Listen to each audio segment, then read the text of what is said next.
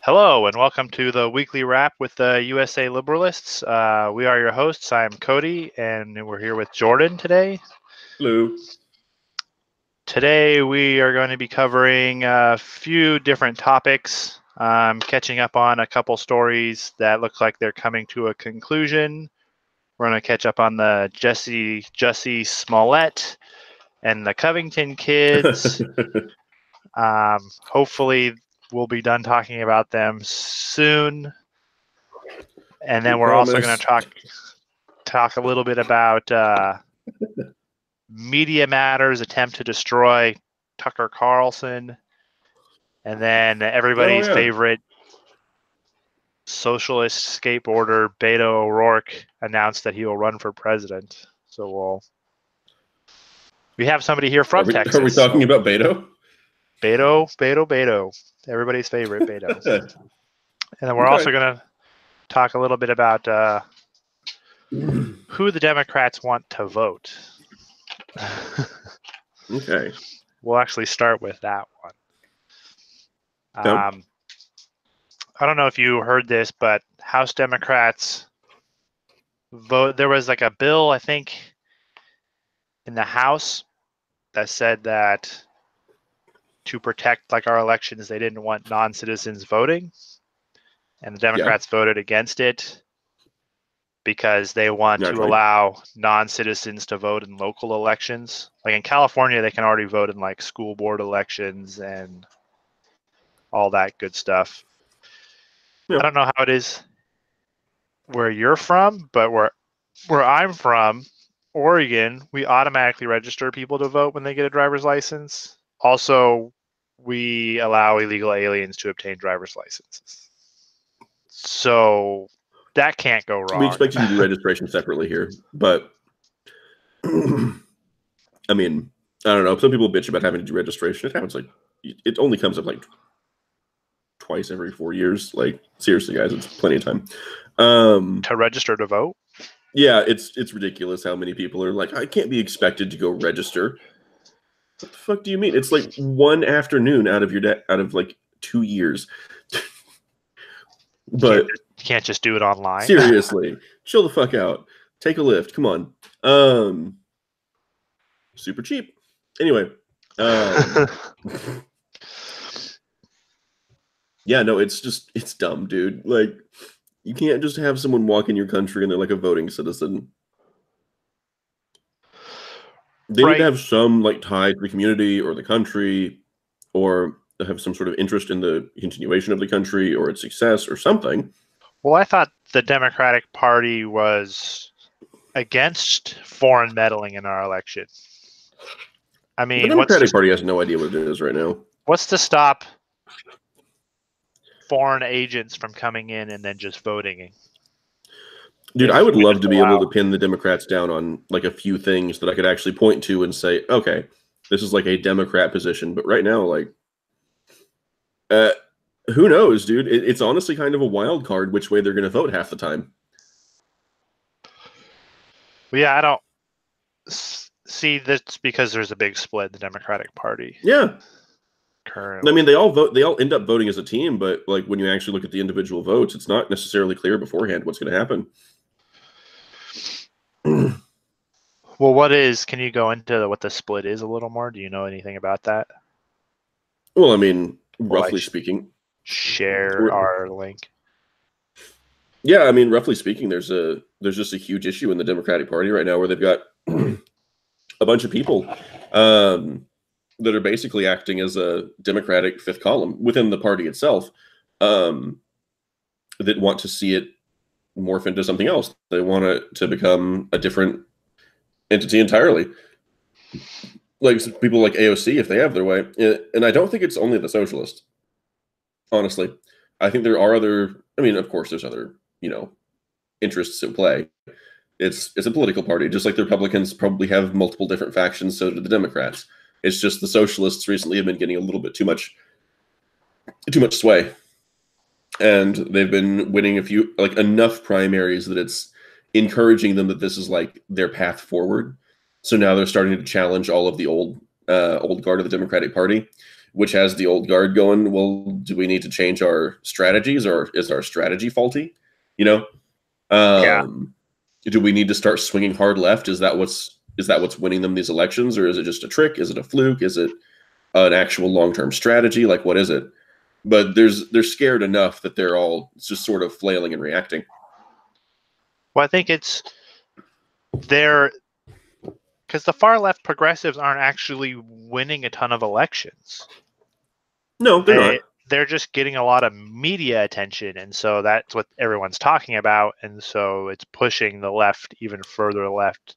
And I think that's mostly to do with the fact that the media, people that are in media, they're a community, and they're the ones that are super far left, almost all of them.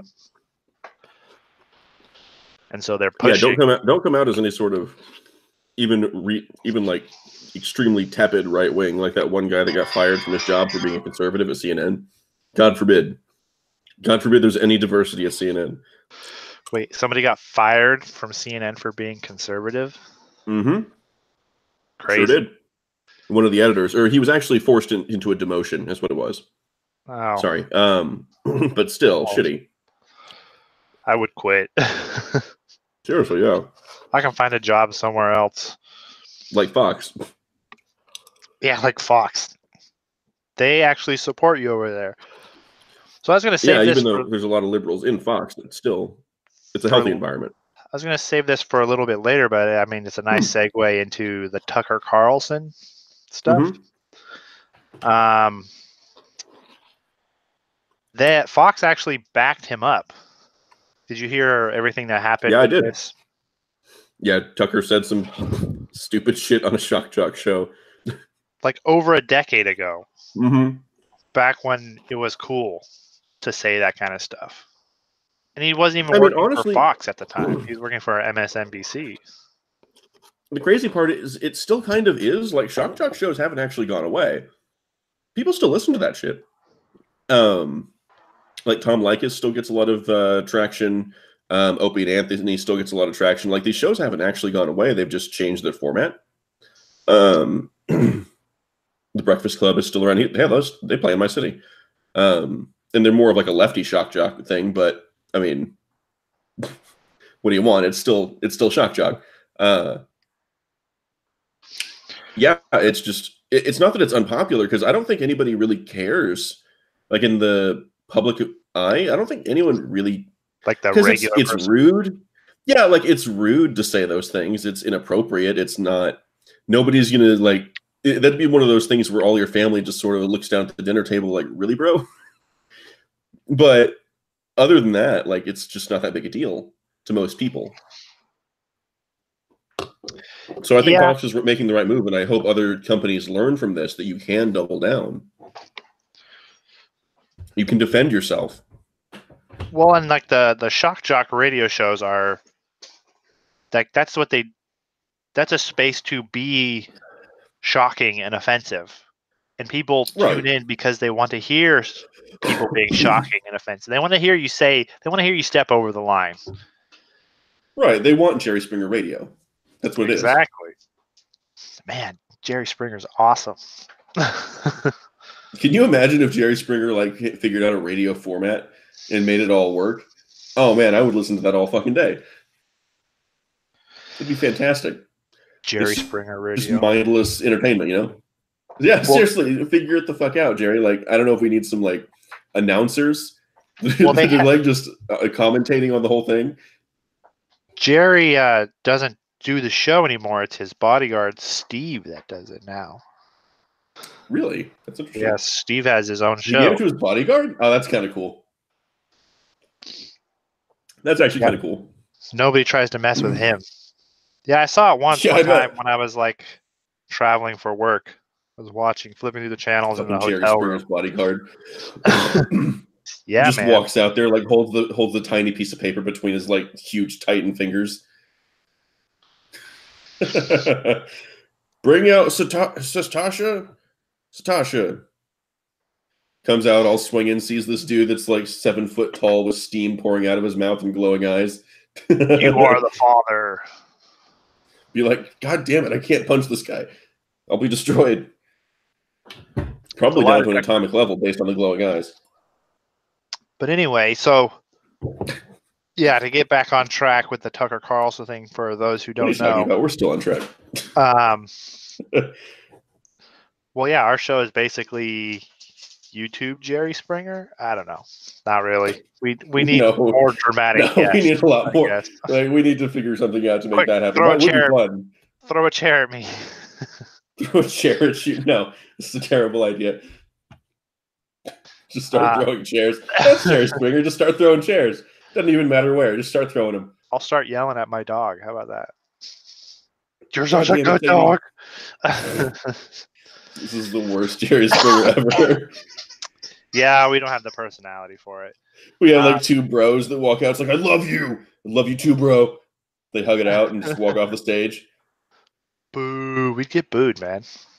I just come out in a MAGA hat and then it'd be a show. Oh, that would be a boo fest. That would definitely be a boo fest. So holy shit. That'd be funny. The stories I read about this, there were only two companies that said that they were going to stop advertising on Tucker Carlson.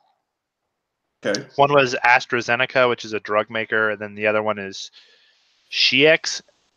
Like, I've heard of AstraZeneca because I've heard those drug commercials before, but I've never heard of Shiex, but I guess they make bedding.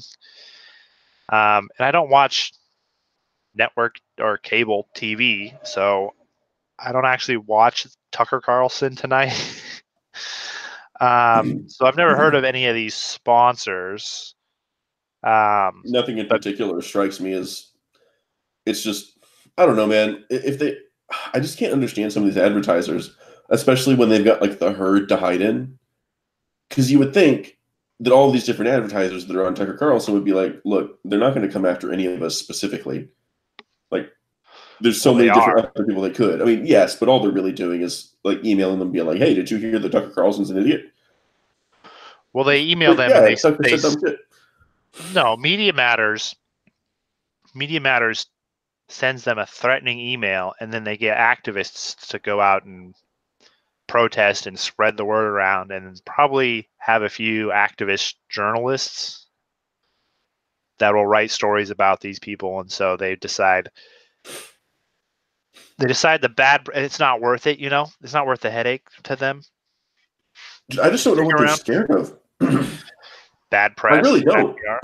I mean, but like, look at, like, especially with situations like Nike, where they handled, like, they had a little bit of a get woke, go broke moment, but it sort of worked out for them because everybody was like, all right, this makes an awesome meme. You guys aren't being too on the nose about it. We all calmed down and it was fine, but they got a bunch of like free press out of it. If you can ride the whirlwind a little bit, which is kind of what your PR team is supposed to be able to do, you should be able to get a ton of free advertising out of it, and it will come out just fine for you. Yeah, I don't know why they're also terrified, because it's not like the public memory is very long, and the news cycle is incredibly short nowadays.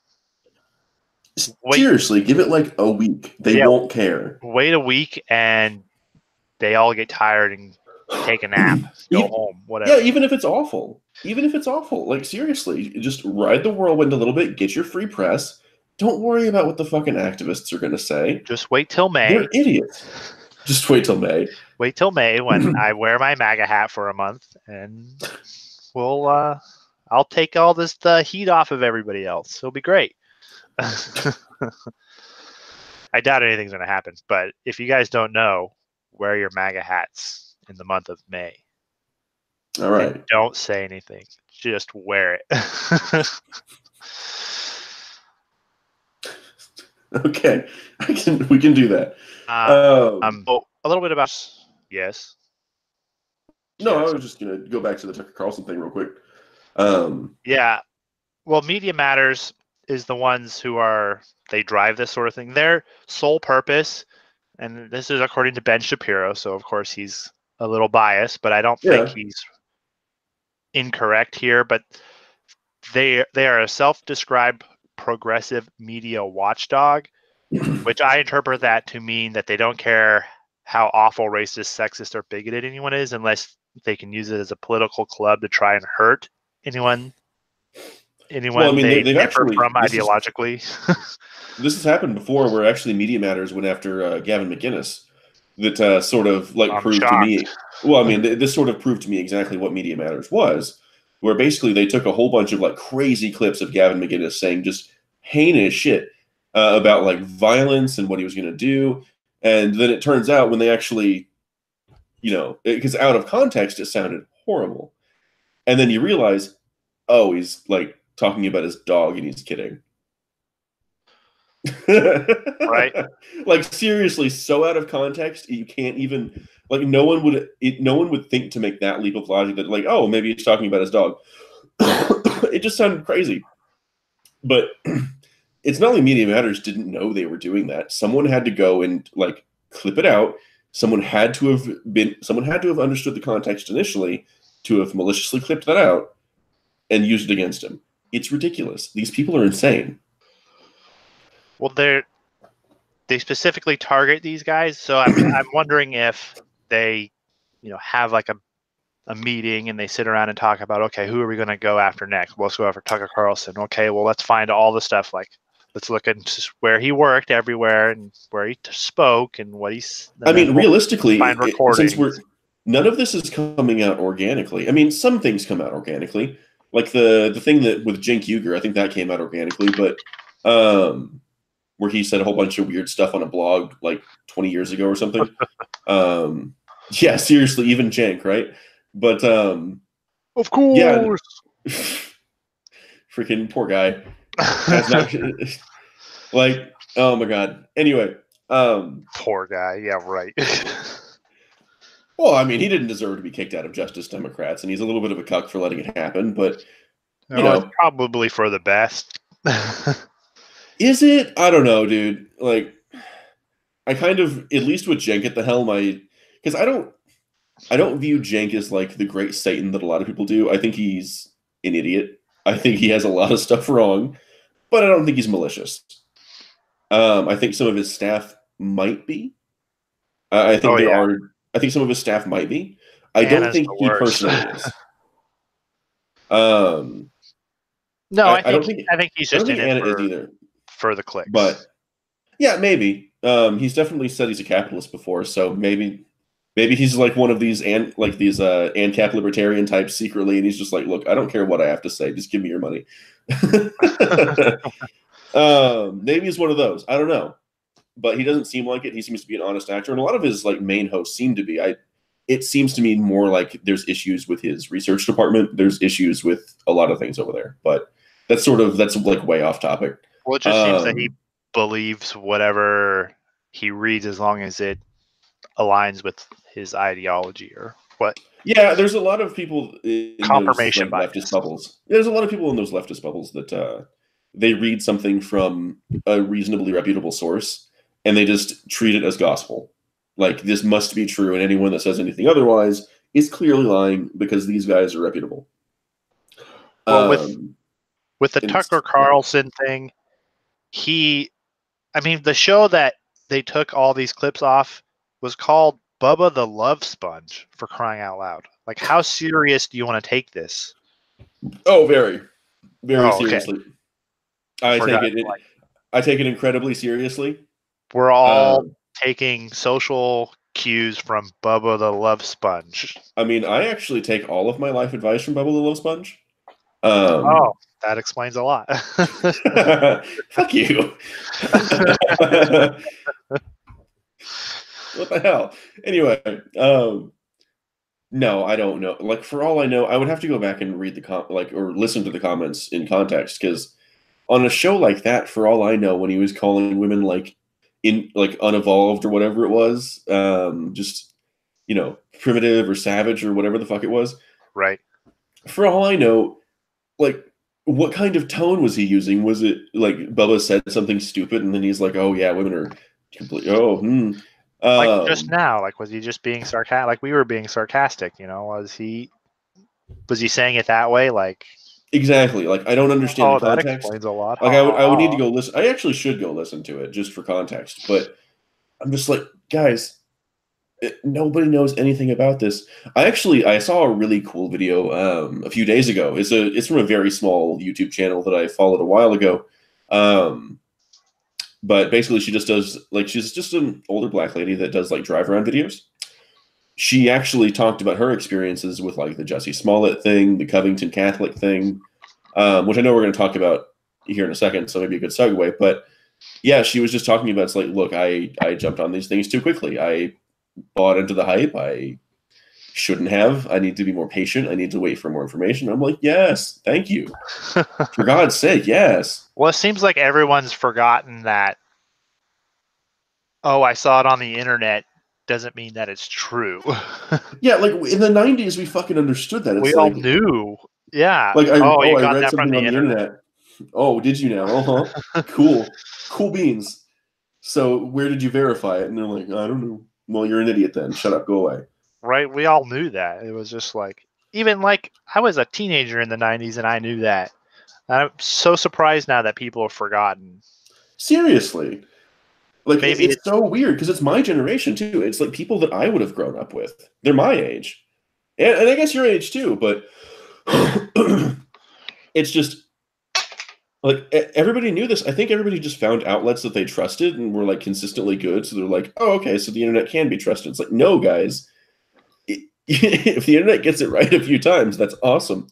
But it's still the internet. It's still a wild beast of just like unbelievable, like this unimaginable wave of information that you could not possibly reasonably be expected to parse in 20 seconds flat. If you want to have like a full opinion on something, you got to do some research.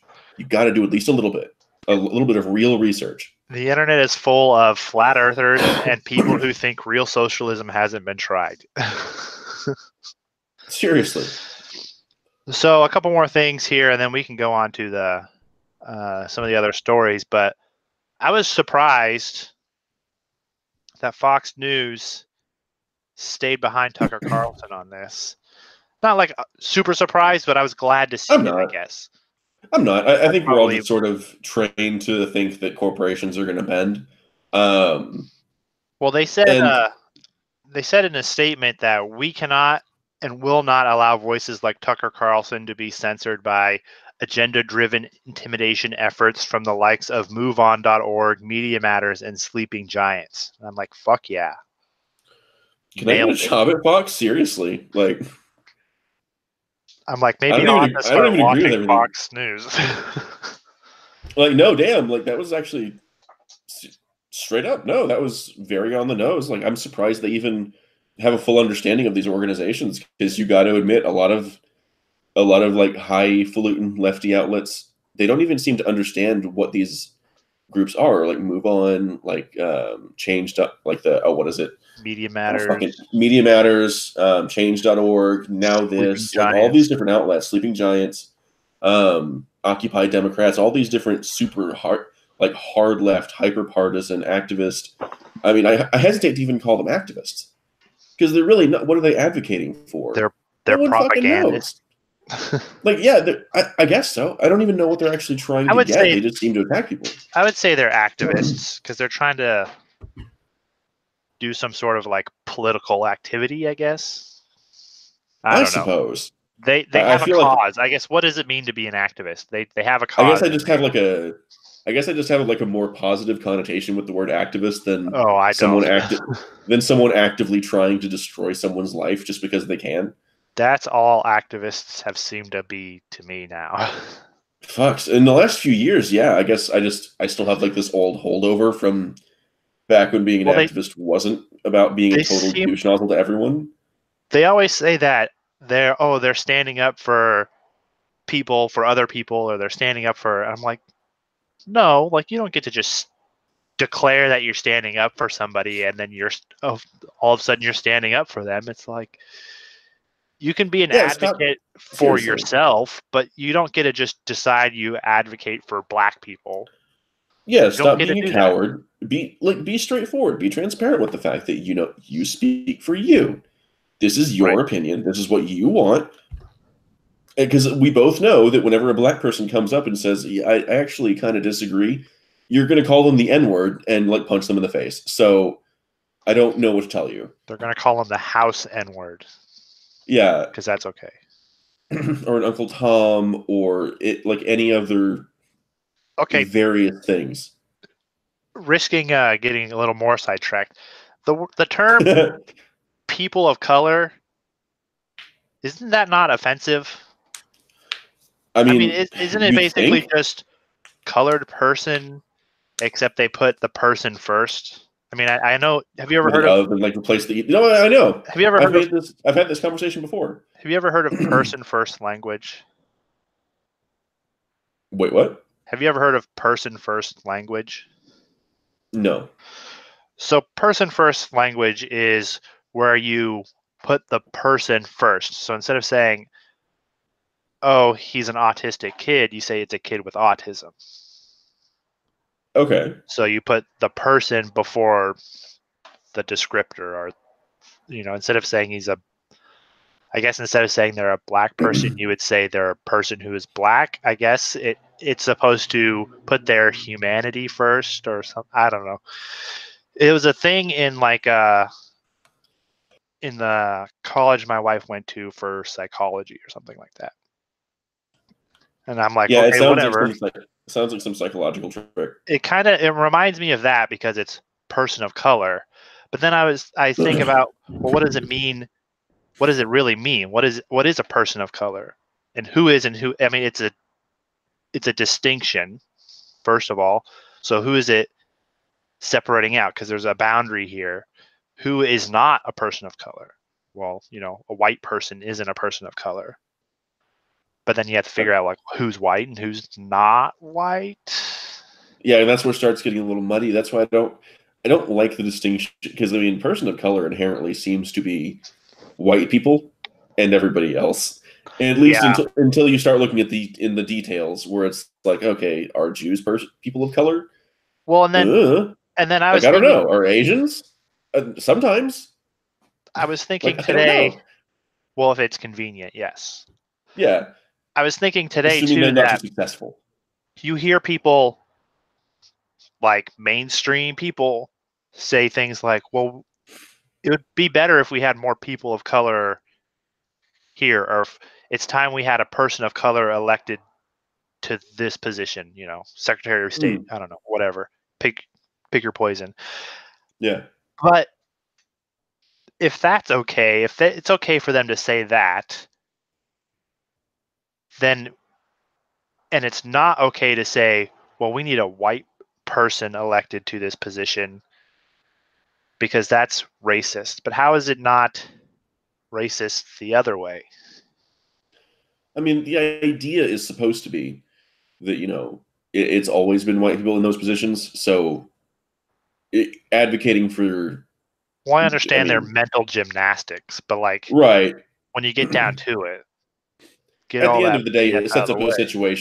It sets up a situation where, like, if you're not white, you basically get a whole bunch of bonus points that you didn't necessarily earn towards being, put into a position. It means that you literally do not have to work as hard for the same privileges. Well, you And don't have to be. that's not good for anybody. That's You don't not have good to for be anybody, man. as meritocratic. Right. I mean, like, you don't have. Well, And I've had that's this almost the same conversation. thing. I've had this conversation with people before. It's like, well, who do you want performing your heart surgery? Do you want the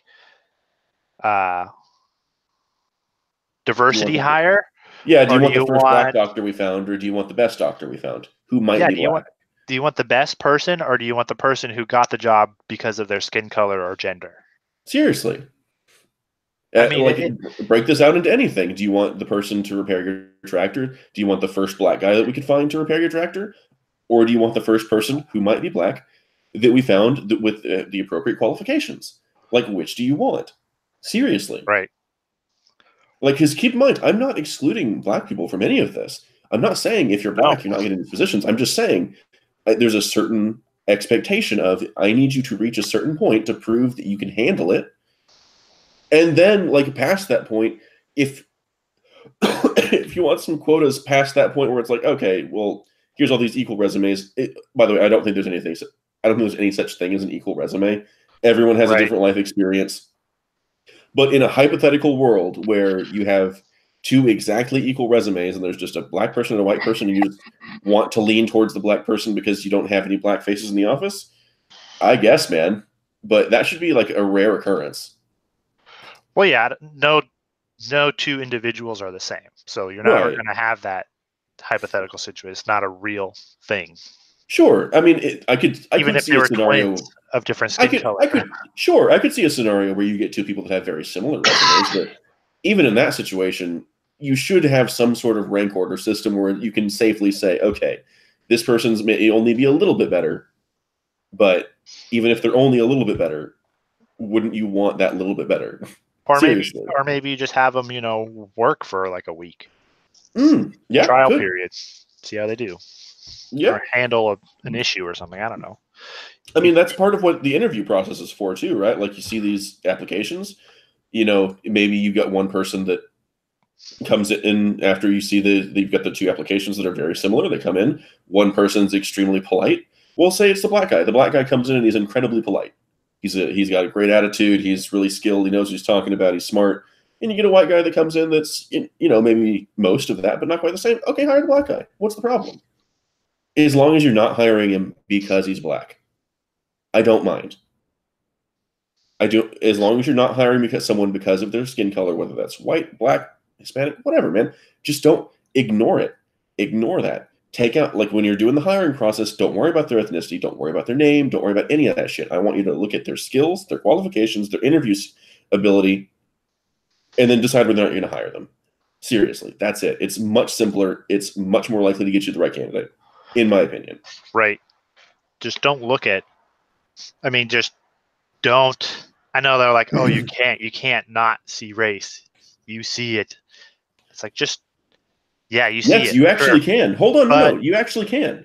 There is a way to do that, and this is something that orchestras have actually figured out. This is something you might not be familiar with.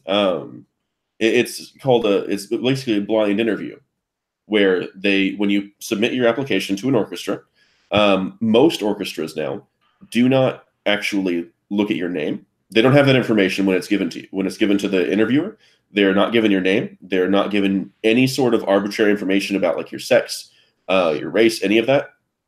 They don't know any of it. They know what's on your application. And then when they come and talk to you, it'll be behind a screen. They will listen to you play.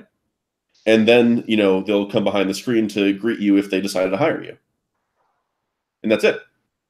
It's a completely neutral process to the best of their possible ability. Yeah, if a company wants to do that, like, sure, but I think they should. I'm not going to force them to do that.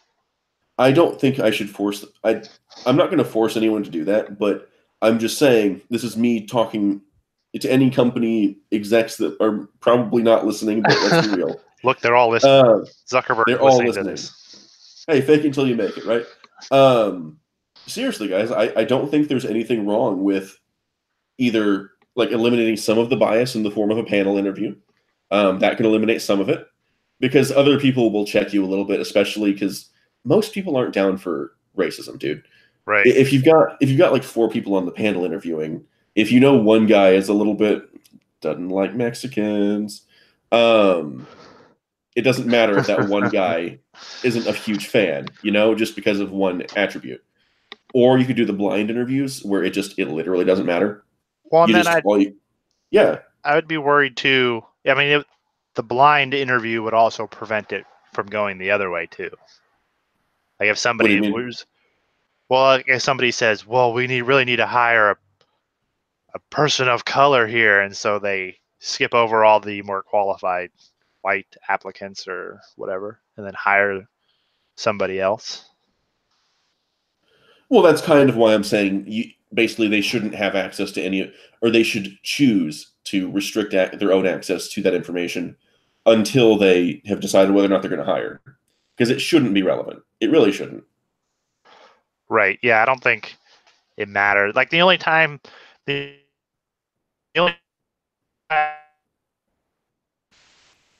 matters if you're doing. Yeah, if we're going to call ourselves post-racial, we need to act it out. We need to demonstrate that we're post-racial, and one of those things is saying, we are going to ignore race because that should be like the end goal of a post-racial society, is that race literally doesn't matter. That should be the end point. And if that's not the end point, like, where are we actually going? Seriously.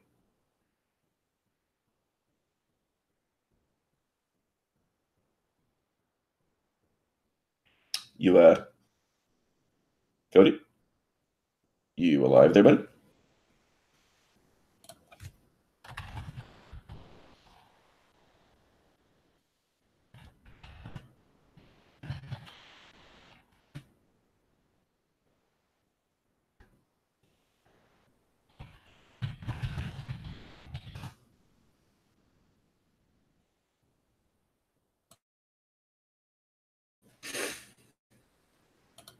Hello?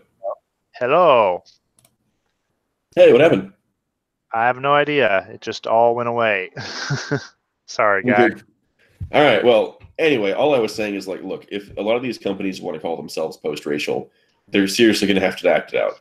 They're going to have to prove that they can ignore race. Like, because I think that's part of what the activists are picking on when they say that you can't really be colorblind, because they're partially right. Like, if I walk up to a black person, it's not like I'm confused. It's not like I'm wearing colorblind glasses. Like, I understand it's a black person. I'm not blind, or colorblind. But that doesn't mean I can't choose to act. I can't actively choose to treat them exactly like everyone else. Like, form a standard that applies to everyone equally, regardless. Right. I think people are capable of putting that aside. Yeah. Enough to where it's not a significant factor or not really a factor at all. Because I just don't understand where these activists think this is going to go. Seriously, like, what does this look like in 20 years? We'll Really, all have gouged our eyes out because looking at each other is problematic. dude. Seriously, I'm just like, look. The whole point, if we're trying to get to a true post-racial society, the end point, the end goal, you would think, would be everyone just ignoring each other's race and saying it doesn't matter. Like, where else can we go that actually does anything to harm racism as a concept? I don't Yeah. see any other path that actually defeats it in the long term. Well, I I don't see it. don't think the activists that are so hell bent on quote unquote fighting racism really want to defeat racism, no matter how much they say that's what they want. Because if they do, then they're out of a job, and then they have nothing to virtue signal about. And so they need racism to exist for their life to have meaning in some weird way. And so if it doesn't exist anymore, that's a problem. I mean, yeah, I'd like to I don't think that this is like a subconscious thing, because I think for most of them it really is subconscious. But well, I then you don't think see, they literally think that way. I think no, some of them do. Some of them absolutely do. Like that one guy that who was the guy that burned his own house down because there wasn't enough like homophobia to fight in his fucking city? oh, I know who you're talking about, but I don't know his name. Yeah, his name is escaping me. But regardless, like, he burned his own goddamn house down because he doesn't have anything else to do. With his Like, pets inside. yeah, it's like, dude, you're fucking insane. You are literally bonkers. Well, yeah, all the hoax hate stuff. Well, let's get into the Jesse Smollett thing too. But let me Yeah, close up this real quick. I sure. thought this was funny that uh, Fox News ad sale president Marianne Gambelli said no revenue was lost as inventory has been shifted to other departments, and we are on track to deliver a record year in ad sales. And Damn. then for the month of Damn. February, Tucker Carlson Tonight was the second most watched cable news program with over 3 million viewers, 3,087,000 viewers Good for behind Tucker. Hannity's Fox Hannity show, which had 3.1 million, and then ahead of MSNBC's The Rachel Maddow Show, which had 3,067,000. So he's slightly ahead of her, but Well, the seeing as MSNBC is kind of going down the tubes, I don't think that's going to be much of a problem the for much top longer. two shows are on Fox. Yeah. the top network, like almost with the other ones combined, is fucking Fox. Of course Right. they are. Fox is the America of media, baby. God, that's a weird thing to say. Hey man, I like it. Not that I watch freaking cable news anyway, but no, I mean, like, look, if I'm I just just think bored, it's like, funny. it's not that it wouldn't be that weird for me to flip on, either Fox News or maybe even MSNBC. Never CNN. Like, I can't do it. Like, I can't with CNN. Like I try, but I MSNBC, can't. okay, but like CNN with like the racist ass Don Lemon on there, freaking like the man's an like you hear him in interviews sometimes and he's intelligent, The and I'm just man's like, a lemon. I don't know what the fuck is going on with him because he seems reasonably intelligent when you hear him talk in interviews, and then you see him on live cable, and it's like, dude, you're calling people freaking. You're being a massive racist and talking to psychics about how the freaking Malaysian airplane got swallowed by a black hole. Right? Like, I either think you're just one of those smart people. Either you're just one of those smart people that has like massive brain farts sometimes and just say the stupidest fucking thing on the planet, or you're just a moron and you're good at faking it. with him, I think it's he believes his audience is stupid, and so he's got to try to be as stupid as them. Maybe because like seriously, I've heard him in interviews And then before. He's not. He doesn't seem unintelligent. he resents his audience for being dumb because he can't be as intelligent as he probably is. And so Dude, it if just he's comes out with all these weird ways. oh man, that's got to be the worst. Like I'm trying to imagine it now. Like I'm like flipping the script a little bit and be like, what if Don Lemon actually is super intelligent, and like his fucking editors or like his program manager was just sitting there like, okay, so we got a psychic. I need you to go out there and talk about the Malaysian airline maybe being swallowed by a black hole. It's like, just say something silly, and then it'll get on all the news networks, and Dude, I can just people will see. watch. Dude, Jerry Springer. if it was me listening to my manager saying that to me, I'd be sitting there like, is this fucking? This is my job. This is really my job. Screw it, I'm going to YouTube. Like, oh my god. Oh, I'd want to kill myself. Oh, I'm so sorry. Maybe I should feel sorry for Don Lemon. Holy shit. Because I don't think he's that stupid, but god damn. He says some stupid shit. Well, he's just one of these, ivory tower media elite who's been in the game too long, man. He needs to go hang out with the people some more. Okay, anyone that says they need to go hang out with the people doesn't belong anywhere near the people. Like seriously, I can just imagine him. No, no, I get that, but I'm talking about like any politician or any of that where I'm just like, I need to go spend some time with the common folk. And I'm like, yeah, go talk to some welders for a little bit. They're gonna eat you alive. Right? They're just gonna laugh at you. Holy shit. Those I are the can just guys I work imagine with. I can just imagine Pop Pop talking to like one of these politicians and him just being like, "What the hell are you talking about?" Oh man, I can't wait till I go to Texas. Right? Dude, I need to visit my Pop Pop. Gonna He's be a getting good old. week. You need to go visit him before he like kicks it. Yeah, man. You should do that. He was like my favorite. He was like my favorite family member growing up. I really should, but that's way off topic. Now we're like just talking about random shit now. Super off topic. Jussie Smollett is what we were going to talk about next. Is a moron. So he's been charged by a grand jury on 16 felony accounts of disorderly conduct for his false police report. No. Yep. Say it ain't so. Oh yeah, man. Fucking, this guy's so stupid. He managed to violate 16. Holy shit. That's incredible. Well, and this doesn't even cover him mailing that threat letter to himself through the mail either. Oh, they haven't even gotten there yet. Holy shit. No, that's federal. That's because it deals with the post office. Dude, Jussie is so fucked. I don't know if they said like how long. I heard varying. I mean, I don't know if he's going to do any time, but I've heard varying reports. Some say like Sure. 3 to 5 years. Some say like 10 years. I don't know. So it's hard to know now, but I doubt he'll do very much time over this because nobody really seriously got hurt.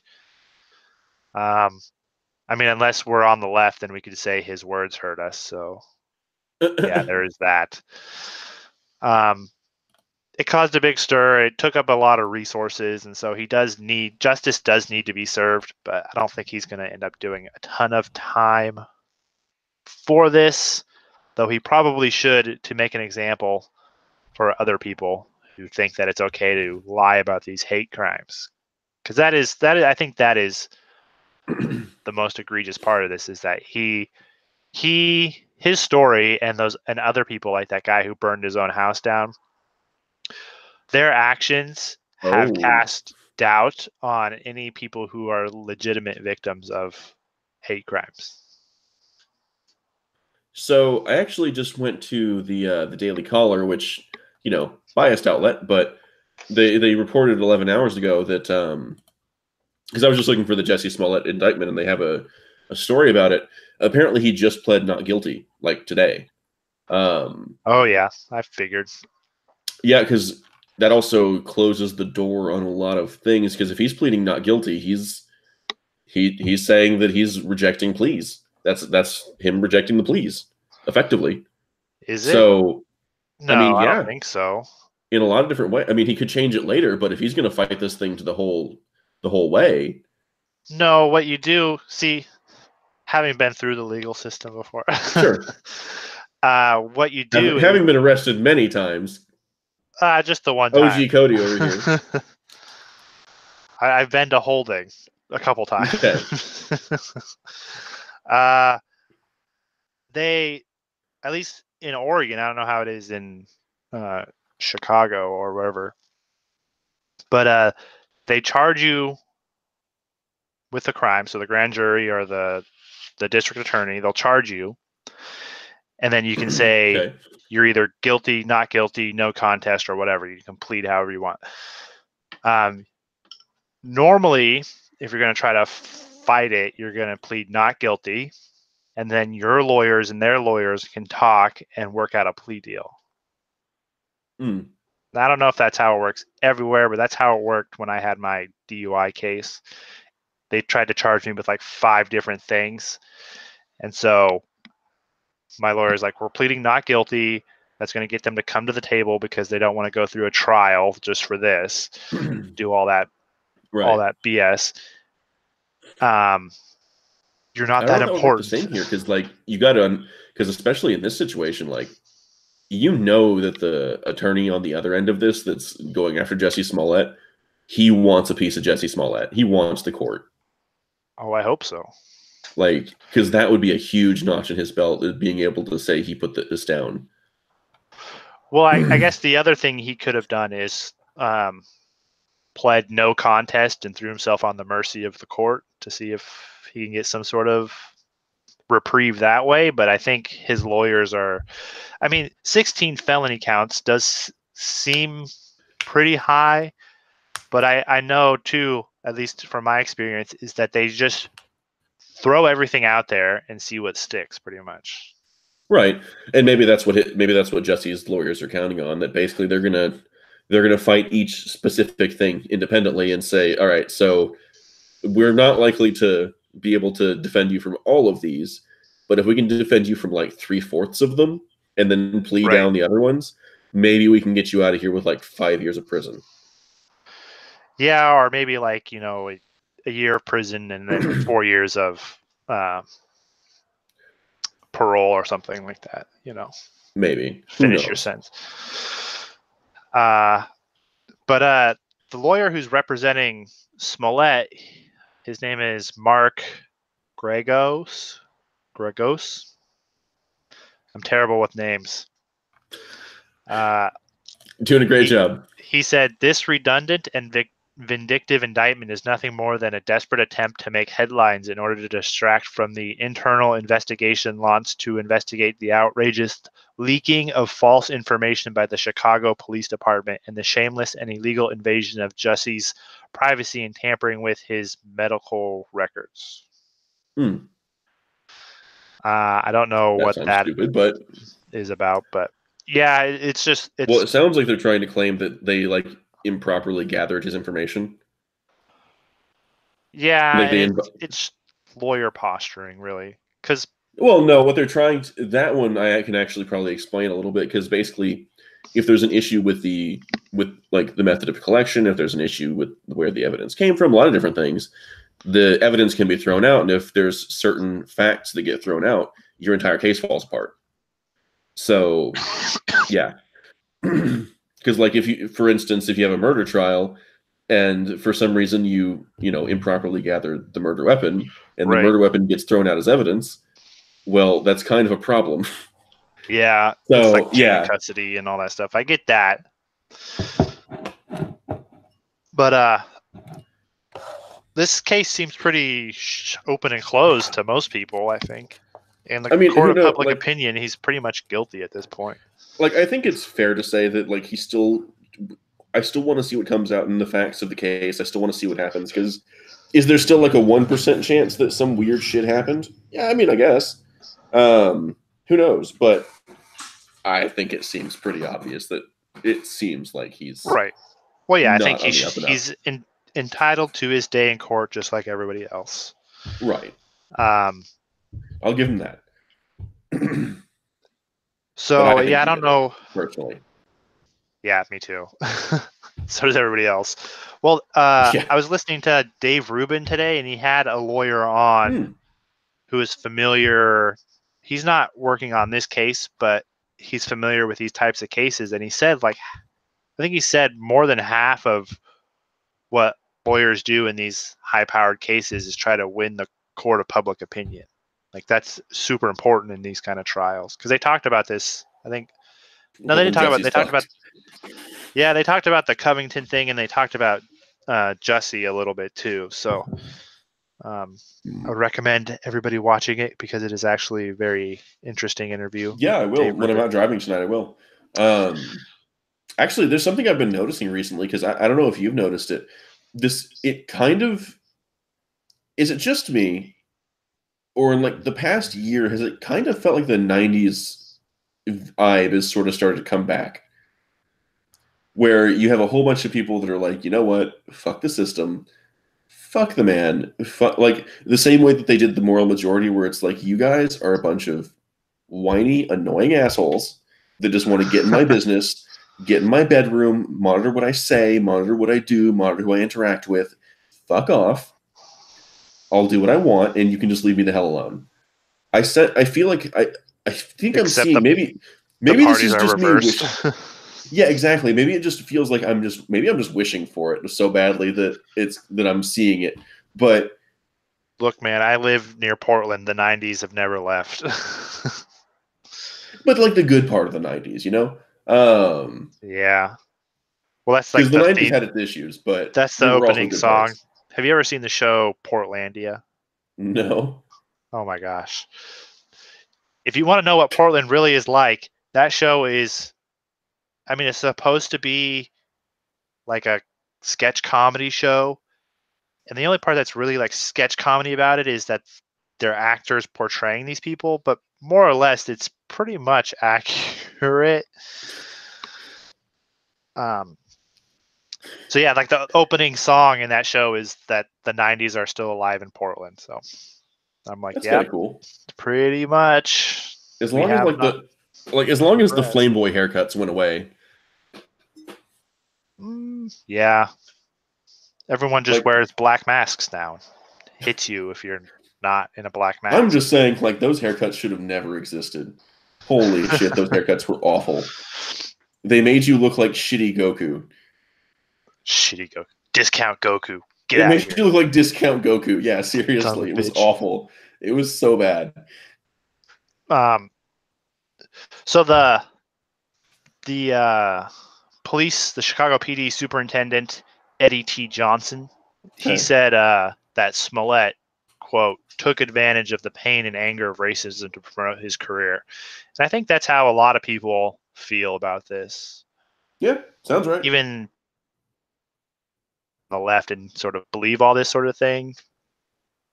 They believe that, like, well, I don't think the average person cares too much, but I think that most people will believe that he probably does need to have some form of punishment. So, Oh yeah, no, this guy needs to get taken out. oh, he will. This guy's ridiculous. They're And on. I don't mean taken out like in a bad way. Just like No. he needs to get exposed. He He needs to needs be to. properly, formally He needs exposed in to the legal system. face justice. Yeah, seriously. Not social justice, because that's a perversion of justice. He needs to face justice. Yeah. So speaking of, I don't even think it should be called social justice because that sounds too nice. Like this is like there's a lot of people that want to talk about this as mob justice. well, That's really what it is. Social justice is mob justice. I mean, I think that to me, mob justice is just a more accurate portrayal. Because social justice at least gives it like a veneer of, well, maybe it could be good sometimes. It's like, yeah, in theory, I guess, but when has mob justice ever worked out? Hayek has an interesting chapter on social justice, and his take is that if you put the word social in front of something, it weakens or cheapens it. Something like that. Okay. So social justice is just like a cheaper form of regular justice. And he goes through, like, he lists all these words that have social put in front of it. I mean, I would have to find out where he said it. It's not in The Road to Serfdom. It's in a different text. And it's not really like a super long book either. I think it's only like 100 pages or something like that. But he covers it in there. I'd recommend everybody go read that if you want a critique on social justice and socialism and all that stuff. Hayek is spot on there. Yeah.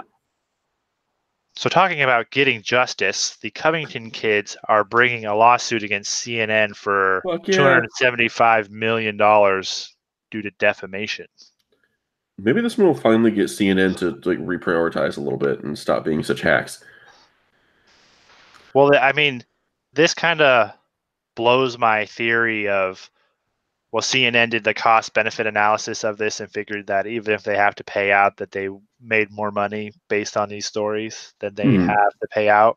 Because that seems like way more than they make for just this story.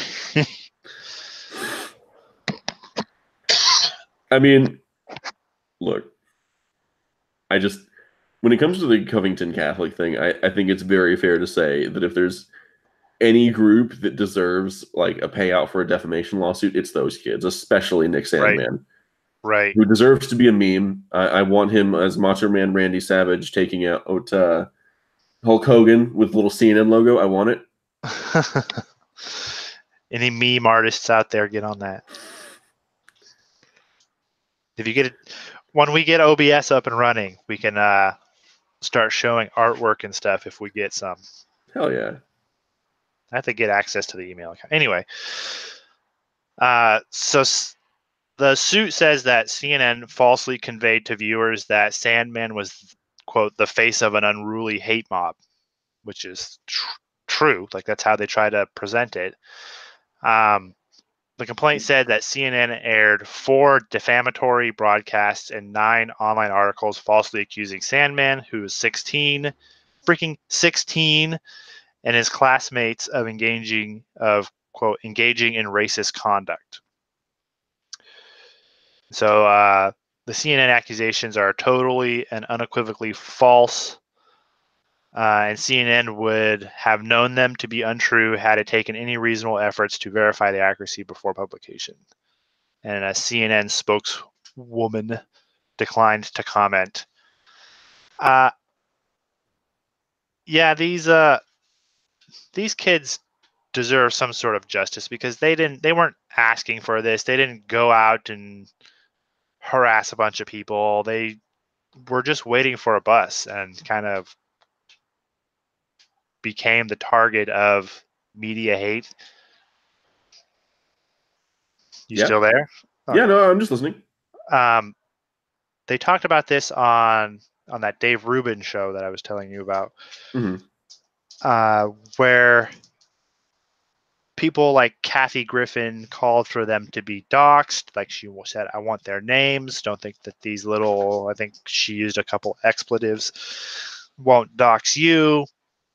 People, prominent people, not just like some randos on Twitter, but verified checkmark journalist people who work for legitimate, or put legitimate in quotation marks as far as, as I'm concerned, but legitimate media companies calling for these kids to be punched in the face. You had a writer or somebody on SNL offering sexual favors for somebody who hurt them. Like, this shit's not okay. This kid is 16. Yeah. I mean, at 16, I was super shy at 16. So I had like a hard time just like ordering food at a restaurant by myself. Just because I was worried about like messing it up and then not feeling confident enough to tell them that I wanted something different. I was a pretty introverted person, Okay. but I can't imagine like being 16 and having prominent people who are on TV, who these are adults who are saying hurt these kids. Yeah, it's unacceptable. Seriously. Like, I don't know. Every time I hear about this, some like the farther away we get from it, the more I'm just like, dude, what the fuck were y'all thinking? Seriously. Right. Because I look at this situation and I'm just like, okay, so let me get this straight. We've got, kids who are probably around your kid's age, if not a little bit older, that you don't understand the context of what's happening. You're not even going to go look at what happened, but you're very confident that these kids should definitely be hunted down and attacked. Right. I've just got one question. Do you need to be institutionalized? Like, do you need actual help? Well, Because that's insane. That's actually insane. To me, If that's your mindset, you really should be institutionalized. Seriously. I can understand experiencing anger or hate, even Yeah, but then doubling down and doubling down and doubling well, down and right, doubling down. It's like, when it guys, comes out, come like on, the they're truth comes kids. out and it's not well, yeah, and then it's freaking kids. Like my hate, my anger, like I get angry about stuff, I try not to. I try to Yeah. just be like, okay, I recognize I'm getting angry about this and I'm getting worked up. I'm just gonna turn it off because just freaking Facebook or whatever. But usually when I do it's usually something Antifa's doing. Then they're usually beating somebody up or just being downright annoying. Like in Portland, we had a guy ringing a cowbell for like an hour while somebody was trying to give a speech at the Young Republicans on Portland State on a college campus. Just interrupted There are their times when whole I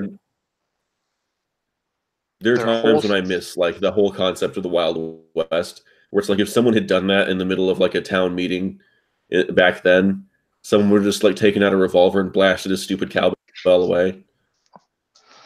I thought you were going to say they would have just shot him. No, you don't need to shoot him. Just his cowbell. Well, if you Give him one miss, last ring. and shoot his hand, like no big deal either. I mean, Walk it off, you it's sissy. it's the Wild West. Yeah, we'll put some turpentine and some like whore's panties on it. I don't know. Take some cocaine, you'll be fine. Yeah, like that fucking Facebook meme being like one of those old timey doctors actually must have been awesome. You're just walking around drunk as hell. Yeah, you got ghosts in your blood. You should do some cocaine about it. The Don't worry latinum about or it. whatever it It's is. fine. Here's some cocaine. You got this. Here's some opium. You'll be fine. Yeah, seriously. Just don't take too much Have you of it. heard of poppies? It's Yeah. not addicting at all. Just take this flower and suck on it. So the Roman Catholic Diocese of Covington in Park Hills, Kentucky, conducted a private investigation. They had a private firm. Yep. And they found that there's no evidence that the students provoked a confrontation, which is, we all saw that. The complaint also said that CNN exhibited just bias watch the video. against. This was like, I'm glad this is now in the legal record.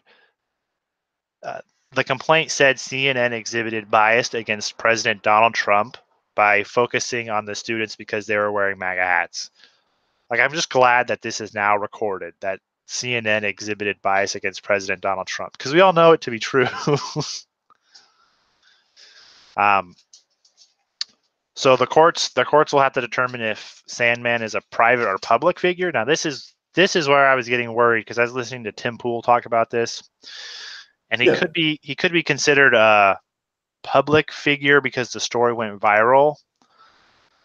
It's called a limited public figure or an involuntary public figure.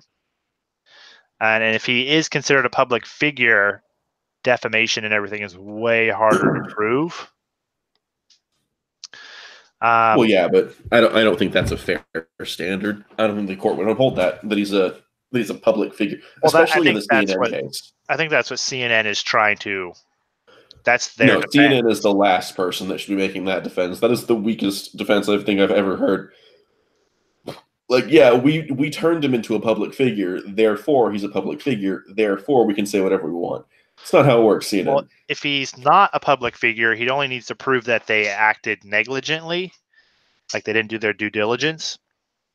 Right. They didn't verify the story was true before publishing it. But if he is a public figure, then they need to prove some sort of harm to him, which I think even still they would have a case. Because, dude, proving harm to Nick Sandmann should be the easiest fucking case in history. Well, this story is going to follow him for the rest of his life. Like college applications, job applications. Maybe in a good way after all this. Maybe. But I mean, I would hire him in a heartbeat. Yeah, maybe in a good way. It depends. If he were qualified, that is. Like, right. That caveat. Anyway, but yeah, like, I think in the short term, this has caused obvious damages that need rectified, that need to be addressed, that need to be looked at and be like, no, CNN, you can't just $75 million. Fuck them, it's CNN. No, that's good. I'm glad. That's chump change, man. Especially when we're talking about, like, we had, like, their reporters going out and saying who they're liable for. This is why CNN's being sued and not their staff, right? Like, it happened on their dime, they're liable. So your staff went out there and said some crazy shit, and the editors approved it, and, like, a lot of people saw this and approved it. Therefore, that's why CNN's the one liable. But they said a whole bunch of crazy shit. They, like, advocated for a whole bunch of crazy shit and said that these kids should be hunted down. I want names. These kids need to be, taken, like, they need to be basically taken out. We need to, like, one guy that was talking about putting on the back of this whole thing, partially with CNN to blame, talking about finding all of them, sticking them in a house, locking them in, and then burning it down. Right. Like, some of these kids, if it had just been left alone, I think could have been an actual danger over nothing. Yeah, I mean, I know there's a lot of talk on the internet. Like, people run their mouths, man. Sure, yes, they do. But when you start talking about actual news, I mean, look at what happened to this is an older example, like from the early 2000s, but it wasn't. Who's the other one that used to be a big deal back then? It's not Sean Hannity. The other, like, Fox News talk show host that everyone on the left hated. I know who you're talking about, but I can see him, but I can't think of his name. Me too, because he's the one that got in trouble for, like, doing something with a woman. Bill O'Reilly. Bill O'Reilly, that's it. Or Glenn he was. No, it was Bill O'Reilly. That was it. He was talking about an abortion doctor and called him something, like, his first name rhymed with this. I don't remember what it was, but it was like something the baby killer. Right? He was an abortion doctor. He called him the baby killer over and over and over until one of his watchers went out and tried to rectify the fact that there's a baby killer on the loose. You can't just go on live television, say that someone is an awful, abhorrent person that deserves to, be attacked and like maligned publicly and openly, and not expect it to have some real world consequences. This isn't online anymore. We're talking about the real world now. Right. That's a problem. I know people say shit online, but like when it's in connection to approval from mainstream sources, that's an issue. That's a real issue. Yeah, I can understand. Like, I can understand you saying something, but you're not like directly telling people to go and do something. But these people were like directly, because like the whole Bill O'Reilly very thing direct. is I think I see that as a little more. I do see it as a problem, but I see it as less of a problem than this instance where you had people who were directly saying, I will give you sexual favors if you hurt these 16-year-old kids. Yes. Like, that is beyond saying, well, this guy's a baby killer because he performs abortions. Oh, I wasn't saying it was the exact same. I was just saying an example of a time when it did actually lead to violence. Right. And like you're pointing out, his example, although not good, wasn't even as egregious as this, and it did actually lead to violence. Yeah. So, like, because I think that guy actually burned down the clinic when he thought someone would be in there. It's not beyond the pale of imagining. I mean, you read that list of from Breitbart of like the 400 attacks on like Republicans or conservatives or whatever. 600, whatever. Trying to downplay there comes a here, point man. where it's just a statistic, isn't it? Right. What is it? One happens a tragedy and a million's a statistic or something like that. Yeah, seriously, because there comes a point where you can't even wrap your head around it anymore. Well, that's just how it is now. Now you just got to pack heat. Oh my God. Oh legally. Shit, Cody's gone tough. Do it legally. I actually did recently purchase a Ruger 9mm. Went through the background check and everything. Yeah. Cool. Now I need to do I gotta take a gun safety class, and then I think I got to take that first, then I can get my concealed carry. Awesome. And then I'll be legally able to concealed carry in the state of Oregon. So awesome. I'm excited about it. Yeah, I want to go shoot it too. So I'm trying to get some other local liberalists. My local liberalists, the Northwest Liberalist group, they're all like super pro Second Amendment. So we might do like a meetup and go shoot guns somewhere. Cool. Be pretty cool. Yeah, sounds fun.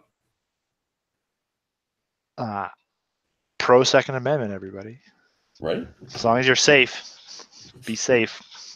Respect them. I think that was all of our stories, though, right? No, we had one more. Okay. Your favorite, or maybe your second favorite politician, Beto. Okay. Oh shit! I forgot about Beto. So he announced that I just wrote this down. I didn't write anything down for this. But good start. he announced that he will run for president. Oh God. But he had said previously in a previous interview that he's not going to run for president. That's not what he wanted to do. I had the link in the description before we had our technical difficulties, but I will put it in there later. Did no one like measure up to Beto's exacting standards, and he just stands up? I am the only one that can lead this nation through these dark times. Well, you probably know more about him than I do, like, because he's from Texas.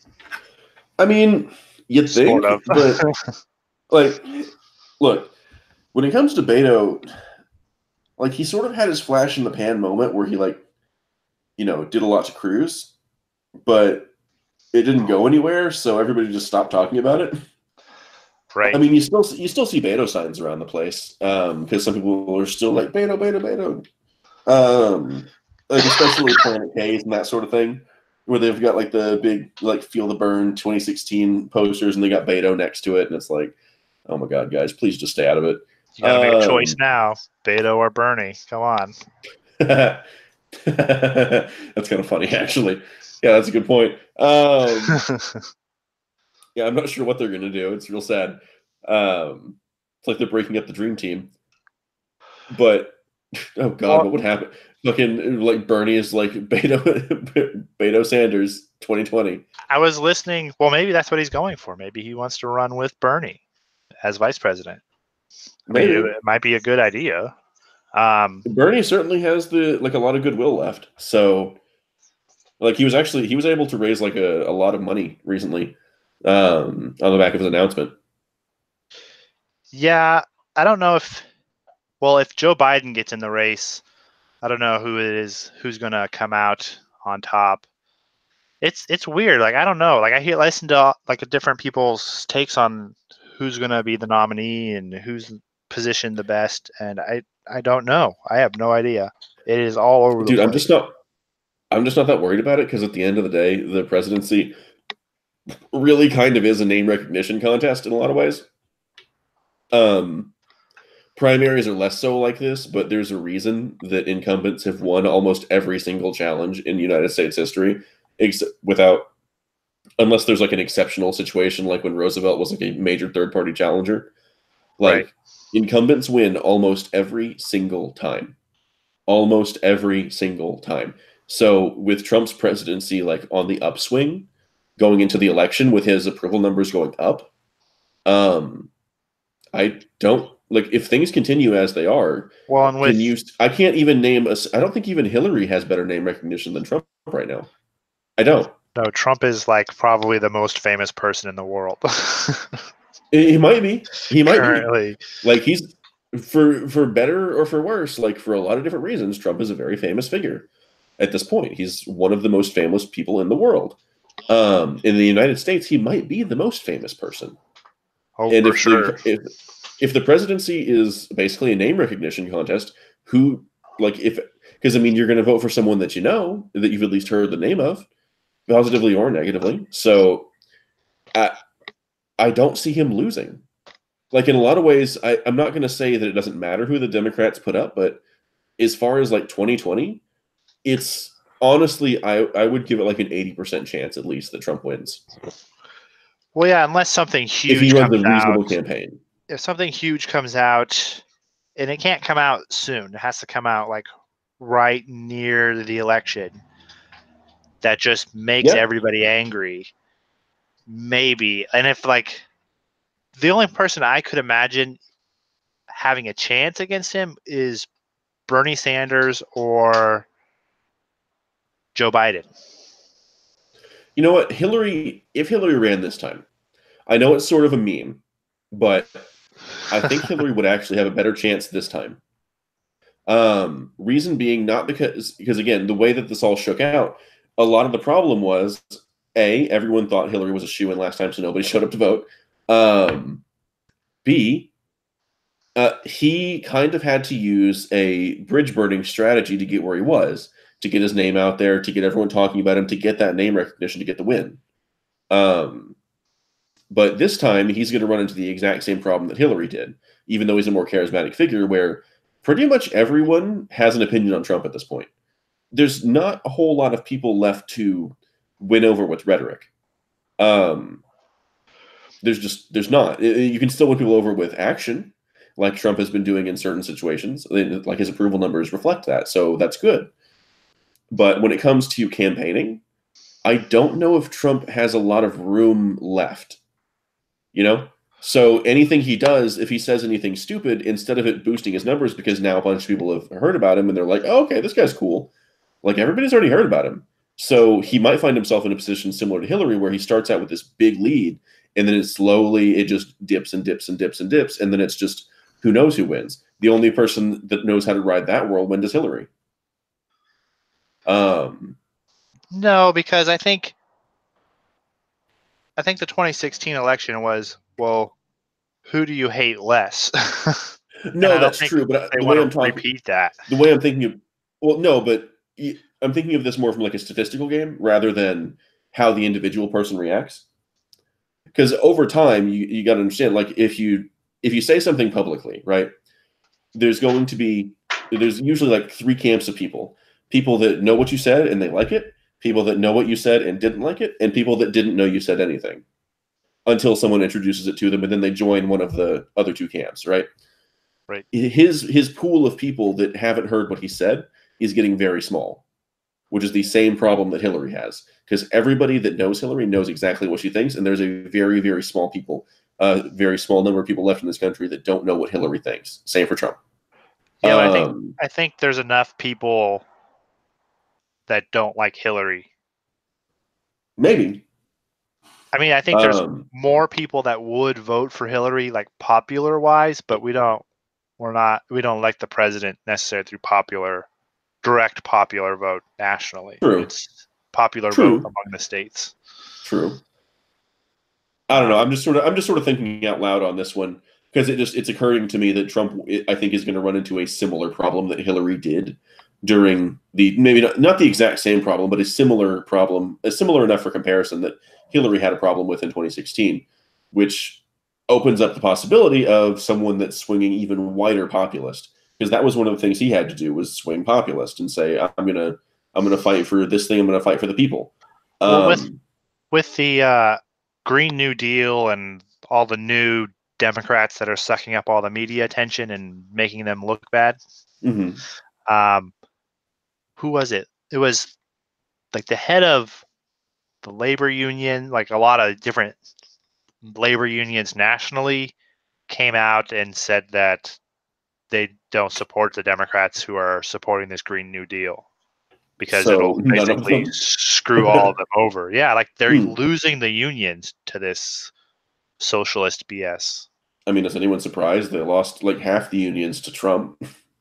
Like seriously, they lost a whole bunch of the blue collar unions, and now some of the bigger unions now are even jumping ship because they're just like, guys. Well, and the unions like the stuff that Trump's doing, like for the most part, yeah, are typically like pro protectionism because it benefits them. You know, I don't think that unions universally are pro protectionism or want a ton of it because that's ultimately bad for business. But I mean, they do want some protections for their workers, and Trump seems amenable to that. Also, the former, like one of the co-founders or the former head of Greenpeace came out and said that the Green New Deal would basically kill everybody in 10 years or something like that. Yeah, I heard that one was more harm to the planet than good. I heard that one was a little bit misleading because I guess the Greenpeace organization actually made a statement. They're like, look, this dude, he hasn't been in charge of anything for a while. He doesn't represent us. He is. I've heard him before. He leans more conservative now than progressive, I guess. And so he, I took it with a grain of salt, but he still has that cred. You know, he still has those credentials where he was with Greenpeace for so long, and he does know what he's talking. I mean, he had to be in that position because he knew what he was talking about. I don't know a ton about him per se, but I do think he made some important points, because if you just automatically get rid of fossil fuels in the internal combustion engine, then people are going to have to start burning trees to cook food and heat their homes, and we're going to cut down all the trees, and then it's going to increase the trees are what absorb the CO2 in the atmosphere. I mean, sure, but that seems like a bit of an extreme argument, because realistically speaking, like, we understand how to like cycle our trees. If we needed more trees for fuel, well, we can do it now. Like, how would you heat a big city like New York? I mean, you could do it lots of different ways. I think the fact that they're not even looking at nuclear is ridiculous. But I mean, if he's concerned that we're not going to have enough trees to absorb, like, if we need trees to make fuel and to absorb CO2, if it's trees that we're needing, we'll just plant more trees. So but she not that wants big a it deal. she wants it to just take effect now. She doesn't want to wait for us to plant new trees and to prepare. She wants it gone now. Well, yeah, she's an idiot. Like I don't know what to tell you. Like I can agree with her that we need to do something, but like we also need to think of something that's I'm fine with going to renewables. Well, yeah, I mean, realistically speaking, even if you want to just make the pragmatic argument, in the long run, if someone comes up with a renewable source of energy that is both renewable and more efficient, that person is going to be the first quadrillionaire on the planet. Right. Seriously. That person will be wealthy beyond belief. All right, on a scale that we don't even understand. But seriously, like that person will be so unbelievably rich, it's not even funny. Because I mean that they've come up with a solution where we don't have to completely use up our resources to make what we need. That's excellent. To me, because normally it's like Republicans or conservatives are opposed to renewable energy. I don't think for the most part they are opposed to it. I just think that they see the proposals by the person so freaking crazy that they're so pie in the sky that they shouldn't be followed. I think that's mostly what most conservatives feel. That's how I feel. I don't think most conservatives are that strong either way on renewables. I don't think it's that they're pro or anti-renewable. I think it's more like they're not anti-fossil fuels because they recognize. Well, they don't want to just give up the cheap energy. Well, they don't want to completely destroy their ability to make a living, right? Without an alternative, like and everybody else's. Right, because I mean, like, it's all well and good to say, "Hey, I'm going to dedicate myself to renewable energy," but then you're doing like basically a Mexican standoff with everyone else in the room. It's like, all right, so who's going first? Because if you don't want to be the first one, because then you're behind the curve. If you want to make a conservative argument for renewable energy, it would be that we wouldn't have to depend on outside sources for oil or anything or natural gas. And I know the United States has large reserves, and we can tap into that. But if you can just develop a source of energy like nuclear, where it's all within you don't have to depend on somebody else to make energy for you. You can become, more energy independent, be more of an independent nation. Not that conservatives are anti-trade, but you don't want to be. Oh, I got it.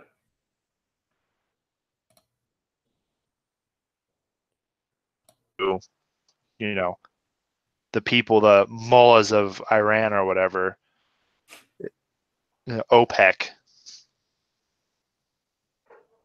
So that to me would be the more conservative argument for renewable energy. Yeah, I honestly think that's sort of a problem we've been having for a long time, where you have the left that are like, sometimes they're looking at real issues and being like, look, we should probably do something about this. But they're not willing to even look at the other side and be like, all right, so we want to do this. How do we sell this to the other side? They're not even trying, like, at all. It's just, we want to do this, and if you don't want to do it, you're a bigot. It's like, well, right. How about you go fuck yourself then? How's that for an answer? Oh, you don't like that? Oh, well, too bad. How about you go fuck yourself? Well, yeah, it's just gotten to that like stalemate place. Yeah, seriously. And I think the conservatives are just as guilty of that, honestly. When it comes to like they've got their own ideas where they're not even willing to look at how, like, if anything, I honestly think the conservatives and the liberals should both go out of their way, get someone from the other side, and be like, look, I hate you on everything else. Help me sell this.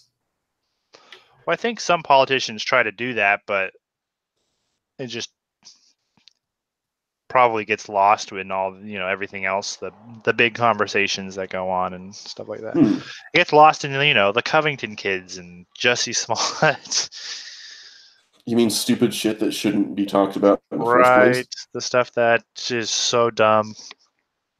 But we're talking about it, so we're part of the problem. Yeah, I guess. Yeah, seriously. We're part of the problem. That's right. Well, yeah, we don't have any more stories. Is there any other things that you want to talk about? No, I'm good. No? All right. Well, I guess we can wrap it up here if you're okay with that. Yeah, that's fine, man. Early. All right. Well, thanks everybody. Sorry about the technical difficulties and the late start, but I will hopefully get it all figured out for next week. Oh yeah, I know we promised the overlay. I've been very sick. Sorry to interrupt. I just wanted to make sure we got this out before you signed Oh off. yes, please do. I've been quite sick. I didn't quite manage to finish. I already had it mostly done. I just need to finish adding in details. And then there was like this color issue where I just realized I put in the wrong palette, and I'm just like, oh my god. I'll have it fixed by next week, is what I'm saying, because I feel a lot better now, as you can probably hear. Yeah. So look forward to that. Hopefully, a little bit of upgrade for everybody next week. It'll be fantastic. Yeah, we're gonna try out OBS. We're gonna try out a new overlay, or any overlay at all. Try to look a little more professional for you guys. Get some more than 44 subscribers. Look, looking like we can barely handle 280p is our thing. We should stick to it. Thanks for listening, guys. We're on every Thursday, 7 p.m. Pacific, 10 p.m. Eastern, and everything in between. And we will see you guys next week. Peace.